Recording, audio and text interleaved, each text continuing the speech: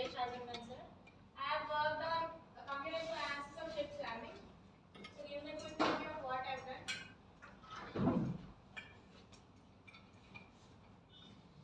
So we already know the 6 degrees of freedom. They are like the 3 translational and 3 rotational degrees of freedom. The first 3 are search, sway, and heat. The other 3 are roll, pitch, and yaw. The first 3 are translational degrees of freedom, and the next 3 are rotational degrees of freedom. Coming to this slamming phenomenon, we are going to consider heaving and pitching only. So, what is ship slamming? It is defined as the violent re-entry of ship's hull into the water when operating in rough sea conditions. This phenomenon occurs due to substantial relative motion between ship's structure and water. So, there are some consequences for this particular phenomenon. There are high impact loads, structural damage, and hull gutter vibrations due to accelerated fatigue. I have analyzed this phenomenon computationally.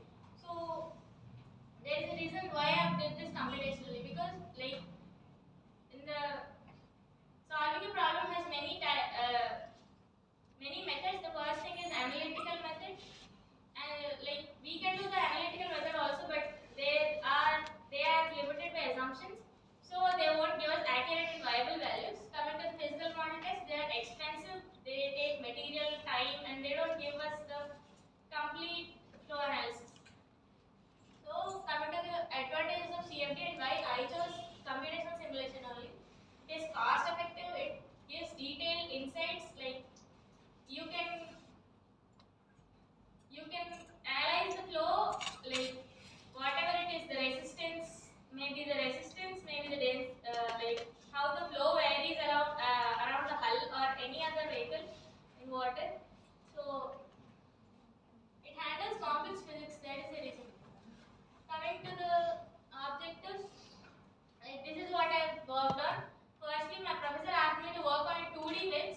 Like the wedge is kept constant and it is attached to a. This is my first case. In this case, I have attached wedge to the wall and here will be the water air interface. I gave water a velocity of 2 meters per second instead of moving the wedge downward. So there was already a paper written by Pravalika Peddamalu. She has worked on computational analysis of ship slamming of 2D wedge, in which she used another software called OpenFOAM. In my case, I used Star CCM+, which is a computational software. In the first case, I worked with the 2D wedge with water running upward instead of wedge moving downward. In the second case, the professor asked me to work with the wedge moving downward and compare the results with the actual benchmark paper.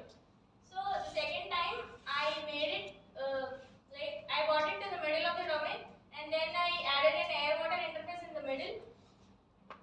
And then I gave a velocity of 2 meters per second to the wedge instead. In the third case, I worked on a ULCC bow section, which is 105.2 meter forward from the aft.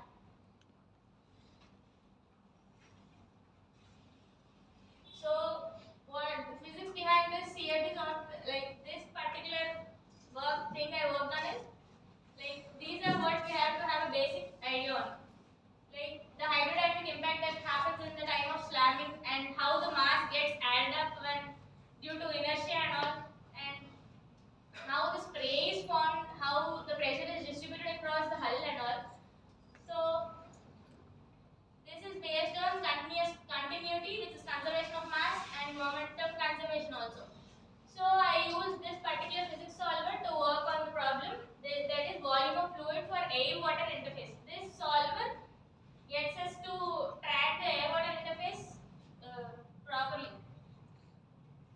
I used implicit unsteady scheme for transient events, and initially I used some ideal conditions like laminar flow. Initially it is in implicit unsteady.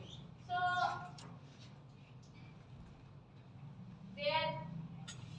these are the two non-dimensional parameters I used in my problem to validate with the actual benchmark paper. They are the coefficient of pressure that quantifies local pressure and the relative height. Make it fast.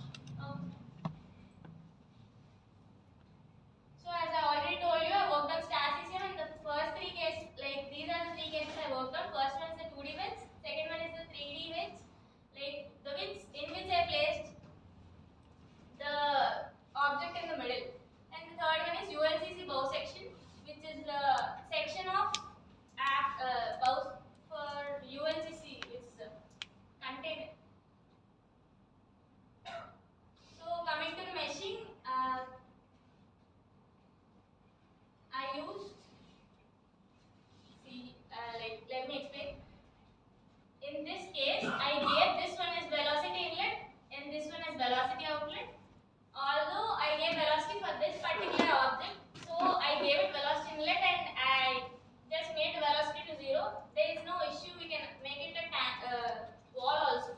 And I gave symmetry on either sides, and that is the same for all the 3 cases. That's it for boundary conditions, and here's the meshing of all the 3 bow sections. So I use different measures like trim cell measure, surface remeasure, automatic surface repair, prism layer measure. They are different for 2D and 3D. Measures are based on how the object is. Like here you can see the meshing getting increased here because I. Right, hostlers ke enthmandi unnaru hostlers. Helpunta food la brother. Andi. Aape chinna. Results.